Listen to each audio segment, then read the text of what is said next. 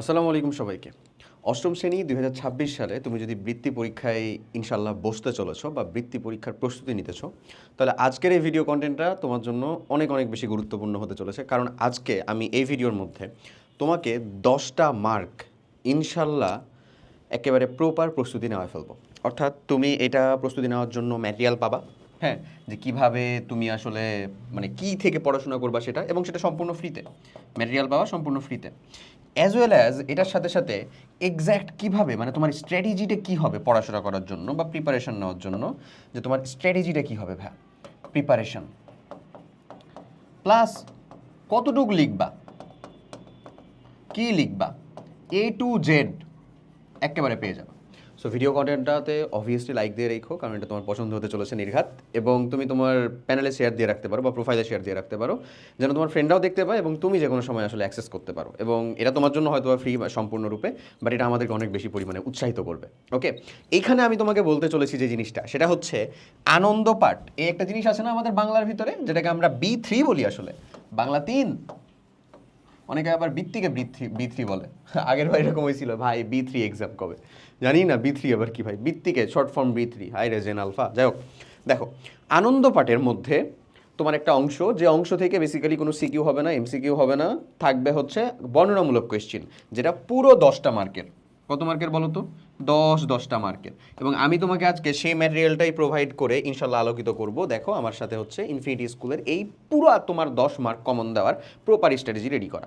তোমার যে কয়টা গল্প আছে, যে কয়টা তুমি খুব মজা সহকারেই পড়ো, সেগুলো থেকে কী ধরনের ক আর ক্ষয়ের কোয়েশ্চেন হয়, কয়ের কোয়েশ্চেনের মার্ক হচ্ছে 3, ক্ষয়ের কোয়েশ্চেনের মার্ক হচ্ছে 10, অর্থাৎ 7, টোটালে হচ্ছে 10। মানে বড়ের কোয়েশ্চেনটা আর কি একটু বড় টাইপের হয়। কয়ের কোয়েশ্চেনটা তুমি মোটামুটি 1 পেজ লিখবা, 1 থেকে 1.5 পেজ। ক্ষয়ের কোয়েশ্চেনটা তুমি 2 থেকে 2.5 থেকে 3 পেজ মতো লিখতে পারো ম্যাক্স।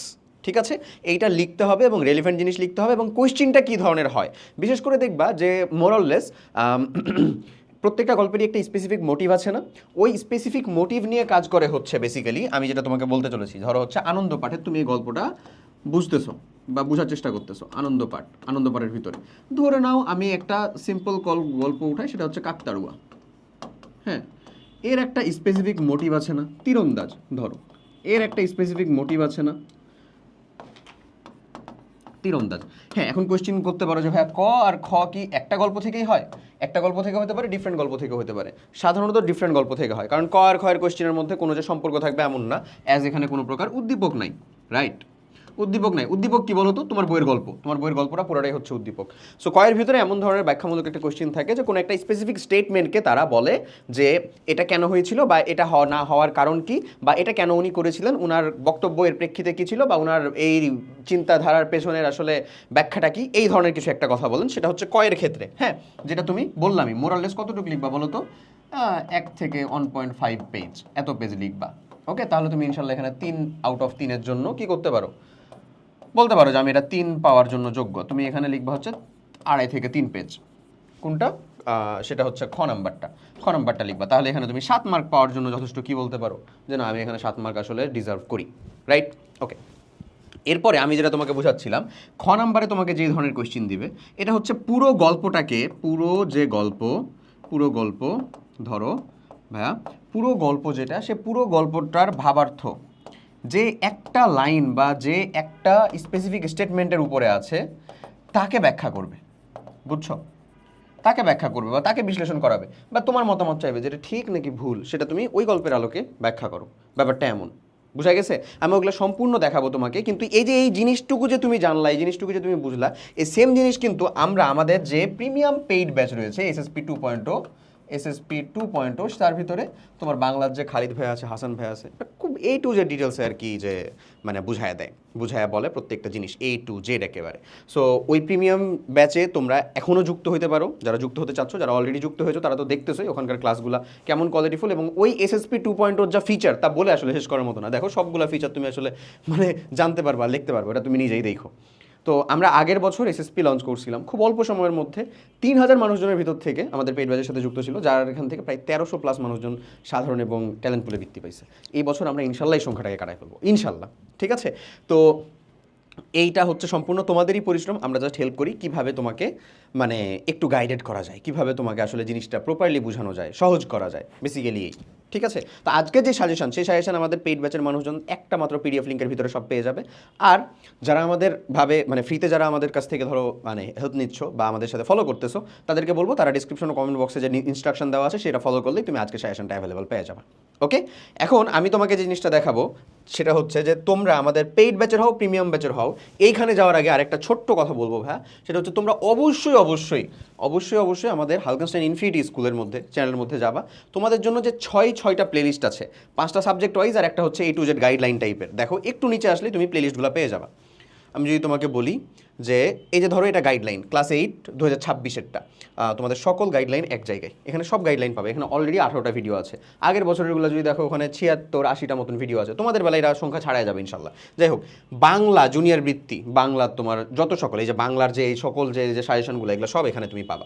এরপরে দেখবা ক্লাস 8 ইংরেজি, ক্লাস 8 2026-এর কিন্তু জুনিয়র বৃত্তির গণিত, ক্লাস 8 বিজ্ঞান, ক্লাস 8 বাংলাদেশ ও বিশ্ব পরিচয়, অর্থাৎ প্রত্যেকটা সাবজেক্ট ওয়াইজ তুমি কিন্তু এখানে কি পেতে থাকবা, তোমার পুরো গাইডলাইন। মানে আমাদের যে তোমাদেরকে প্রস্তুতি করানোর বা প্রস্তুত করানোর যে স্ট্র্যাটেজিগুলো, এগুলো খুব স্ট্রাকচার্ড এবং ওয়েল প্ল্যান্ড আকারে ইনশাল্লাহ আমরা সাজাচ্ছি, জাস্ট তোমাদের হেল্প দরকার। সো তোমার যেই জিনিসটা যখন হচ্ছে প্রয়োজন হবে তুমি এখান থেকে অ্যাক্সেস করতে পারবা। আর আমাদের প্রিমিয়াম ব্যাচ যেটা, সেটা হচ্ছে দেখো আমাদের ওয়েবসাইটে যদি যাও, ক্লাস 6, 7, 8-এর মধ্যে যাবা, ডিসক্রিপশন ও কমেন্ট বক্সে ডিরেক্ট লিঙ্ক আছে, তুমি ডিরেক্ট পাবা। ক্লাস 8-এ গেলা, এরপরে দেখো এই যে এসএসপি 2.0 আমাদের যে প্রোগ্রামটা, এইটা এসএসপি 2.0, এই এক প্রোগ্রামের মধ্যে সব দেওয়া। তুমি ডেমো ক্লাসের ভিতরে গেলেই দেখতে পাবা, সায়েন্সের ভিতরে ডেমো ক্লাস চ্যাপ্টার 1 মাই ভ্যাট তোমার ক্লাস দেওয়া আছে এসএসপি 2.0 এর। বুঝছো, এই ক্লাসগুলো ফ্রি, এগুলো তুমি দেখতে পারো। ক্লিয়ার? আশা করি বুঝাইতে পারছি। চলো এবার আমরা হচ্ছে আমাদের মেইন ফোকাসের ভিতরে থাকি, যে ভাইয়া আমার তো হচ্ছে যে জিনিসটা লাগবে সেটা হচ্ছে আনন্দপাঠ বর্ণনামূলক সাজেশনটা। এই জিনিসটা তুমি পেয়ে যাবা, আমি একটু বড় করি, দেখতে পাচ্ছ আশা করি। দেখো প্রথমটাই হচ্ছে আমাদের কাকতাড়ুয়া গল্পে মৃগাঙ্ক বাবু, এখানে যেটা কাজ করা হয়েছে সেটা হচ্ছে একটা গল্প থেকে ক খ নেওয়া হয়েছে, এখানকার যে কোনো একটা ক বা খতে আসবে, এখানকার অন্য একটা গল্পের যে কোনো একটা ক বা খতে চলে আসবে। বুঝছো? আচ্ছা, কাকতাড়ুয়া গল্পে মৃগাঙ্ক বাবু কিভাবে বুঝতে পারলেন যে কাকতাড়ুয়াটি আসলে তার প্রাক্তন গৃহকর্মী অভিরামের শার্ট পরা? দেখো এখানে ক নাম্বার কোয়েশ্চেনের উত্তরটা ছোট্ট করে লেখা আছে, এখানে তো ছোট্ট, এটা তুমি লিখতে গেলে ইজিলি 1 পেজের মতন কাছাকাছি চলে আসবে, প্লাস তুমি আরও একটু এক্সট্রা লিখবা। ওকে, অহেতুক কিছু বা ইরিলেভেন্ট কিছু লিখবা না, প্রয়োজনীয় কিছুই গল্পের আলোকে লিখবা মেইনলি। এখানে বলা আছে মৃগাঙ্ক বাবু মাঠের মধ্যে দাঁড়িয়ে থাকা কাকতাড়ুয়াটির দিকে ভালো করে লক্ষ্য করে তাকিয়ে দেখলেন যে সেটির গায়ে একটি লাল কালো ছিটের টি শার্ট পরানো রয়েছে। এই বিশেষ শার্টটি দেখেই তার মনে পড়ে গেল বহু বছর আগে তিনি নিজেই তার এই গৃহকর্মী অভিরামকে ঠিক এরকমই একটা শার্ট কিনে দিয়েছিলেন। শার্টটি এখন ছেঁড়া ও পুরনো হয়ে গেলেও সেই পরিচিত নকশা ও রঙের কারণে তিনি নিশ্চিত হতে পেরেছিলেন যেটি অভিরামেরই শার্ট, যা এখন কাকতাড়ুয়ার গায়ে জড়ানো। মানে এটা উনি দেখেই বুঝছিলেন, যেহেতু এটা উনি কিনে দিয়েছিলেন। এই তারপরেরটা দেখো, যুদ্ধবিধ্বস্ত দেশ ও সংকটাপন্ন স্বজনদের ফেলে রেখে স্বার্থপরের মতো অন্য দেশে পালিয়ে যাওয়ার মধ্যে কোনো মহত্ব নেই। ফিলিস্তিনের চিঠি গল্পের আলোকে এই বক্তব্যটি বা মন্তব্যটি বিশ্লেষণ করো। এটা 7 মার্কের। দেখো অবশ্যই তুমি যুদ্ধবিধ্বস্ত দেশ, তোমার সুযোগ আছে পালায় যাওয়ার, বলতে তুমি পালায় যাচ্ছ বেটার লাইফের জন্য বা বেটারমেন্টের জন্য, অথচ মানুষজন স্টিল এখানে আছে, এই জিনিসটা তো কখনো আসলে কাম্য না, রাইট? তো ওই কথাটাই বলতেছে, এবং এটা পুরো ওই ফিলিস্তিনি চিঠি মানে ওই গল্পের ভিতরে যে এই জিনিসটা ব্যাখ্যা করা হয়েছে ওইটার আলোকে পুরোটা ব্যাখ্যা করতে বলছে, পুরোটা ব্যাখ্যা এখানে দেওয়া আছে, রাইট? তুমি পড়বা, যেহেতু এটা তোমাকে দেয় হবে। নয়াপত্তন গল্পে গ্রামের সাধারণ মানুষ কিভাবে সোনু পণ্ডিতের ভেঙে পড়া স্কুলটি পুনরায় নির্মাণ করেছিলেন, পড়বা, তুমি জানো এটা। ওকে, নিরস্ত্রের উপর ঈশা খাওয়া ওয়ার করে না। মানসিংহ ও ঈশা এই নাটকে ঈশা খার এই উক্তির মধ্য দিয়ে তার চরিত্রের কোন দিকটি ফুটে উঠেছে? দেখো কোন চুক্তিটি অবশ্যই মহত্ব ফুটে উঠেছে। তিনি সম্পূর্ণ নিরস্ত্র হয়ে পড়েন এবং মৃত্যু ভয়ে ভীত হন। ঈশাখা আক্রমণ করে থামিয়ে দেন। নিরস্ত্রের উপর ঈশাখা বলেন না, তিনি করেননি, বরং তিনি নিজে একটি তলোয়ার মানসিংহের হাতে তুলে দিয়ে তার সামনে যুদ্ধের আহ্বান জানান। এই দেখো, এই চরিত্রের মাধ্যমে তার মহানুভবতা, বীরত্ব ও যুদ্ধের শিষ্টাচার ফুটে উঠেছে। যুদ্ধের কিছু নিয়ম আছে, তুমি অস্ত্র এবং অপর পাশের জন যদি অস্ত্রহীন হয় তাহলে এটা আসলে ওই ফেয়ার যুদ্ধ কাইন্ড অফ হইল না, যেরকমটা তুমি কিছুদিন পরে বিভীষণের প্রতি মেঘনাদ নামে একটা গল্পের মধ্যে পড়বা। ওকে, গল্প না সরি, ওটা হচ্ছে একটা চতুর্দশপতি কবিতাবলীর মধ্যে। এতক্ষণে অরিন্দম কহিলা বিশদে, বুঝিন কেমন আসিয়া পশিল লক্ষণ রক্ষপুরে, এমন টাইপের মজাদার। যাই হোক, এর পরেরটাতে আসো। পরেরটা কি বলতেছে? হোমিওপ্যাথি এলিপ্যাথি গল্পের অঘোর ডাক্তার কেন শেষ পর্যন্ত অ্যালোপ্যাথি চিকিৎসা করার সিদ্ধান্ত নিয়েছিলেন এবং এর ফল কী হয়েছিল, সেটা 3 মার্ক, যেহেতু সে এলাকে ব্যাখ্যা করবা। মুক্তি গল্পটিতে জাতিগত বর্ণগত নিপীড়ন থেকে মুক্ত হবার তীব্র বাসনারই প্রকাশ ঘটেছে, এটা সেইটার আলোকেই, মানে যে কোনটার পলায়ন প্রচেষ্টার আলোকে মন্তব্যটি যথার্থ কিনা তা বিচার করো। বুঝতেছো? মানে খ নাম্বার আর ক নাম্বার কী ধরনের কোয়েশ্চেন হয় যেটা বললাম, এটা হুবহু দেওয়া আছে।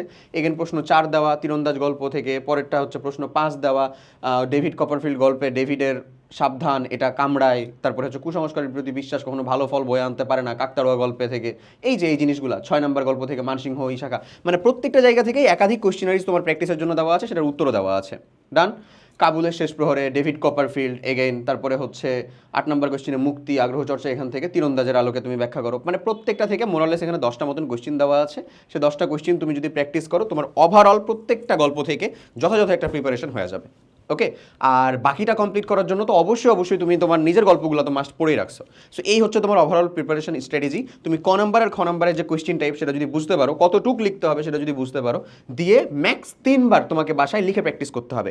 ক তুমি যদি দেখে দেখেও লিখতে চাও লিখো 3 বার করে, বুঝো। একটা 3 বার এমন না যেটা তুমি তোমার কাছে লাগতেছে হার্ড লাগতেছে, পড়ে বুঝতেছো না বা একটু ঝামেলা মনে হচ্ছে, ওইটাকেই লিখো, বড়টাকেই লিখো, তাহলে তোমার জন্য এটা হেল্প হবে। ম্যাক্স 3 বার যদি তুমি প্র্যাকটিস করো, বিশ্বাস করো ইনশাল্লাহ, মানে জাস্ট 3x টাইম প্র্যাকটিস, ইনশাল্লাহ লিখে, হ্যাঁ লিখে যদি প্র্যাকটিস করো দেখবা এটা তোমার জন্য ইজিয়ার হওয়া শুরু হয়েছে। আশা করি বুঝাইতে পারছি। সো এই পিডিএফটা নাও, এক্ষুনি ডাউনলোড করো, এবং ডাউনলোড করে নিজের আনন্দ পাঠ থেকে যে 10 মার্কের বর্ণনামূলক কোয়েশ্চেন আসবে বৃত্তি পরীক্ষায় বাংলাতে, সেটাকে নিজের দখলে নাও। ওকে, বাংলা হচ্ছে এমন একটা জায়গা যেটাতে ভালো মার্ক গ্র্যাব করতে তোমাকে পারতেই হবে। অনেক মানুষেরই এখানে দুর্বলতা থাকবে। ওকে, সেকেন্ড পেপারের এমসিকিউগুলোতেও দুর্বলতা থাকবে। তো তোমাকে মেক শিওর করতে হবে যে এখানে যেন তোমার কোনো প্রকার কোনো একটা সিঙ্গেল উইকনেস না থাকে। আশা করি ক্লিয়ার করতে পারছি। সো এই ছিল আজকের মতন ভিডিওতে। যারা আমাদের পেইড ব্যাচের সাথে যুক্ত হতে চাচ্ছ, ডেসক্রিপশন ও কমেন্ট বক্সে ডিরেক্ট লিঙ্ক দেওয়া আছে, ওখানকার ইনস্ট্রাকশন ফলো করো, কুপন কোডটা ইউজ করো, দেখবা যথেষ্ট ডিসকাউন্টে তুমি ভর্তি হতে পারতেছো। ওকে, বৃত্তির প্রিপারেশন একেবারে 100% আমরা আমাদের দিক থেকে চালানো শুরু করছি।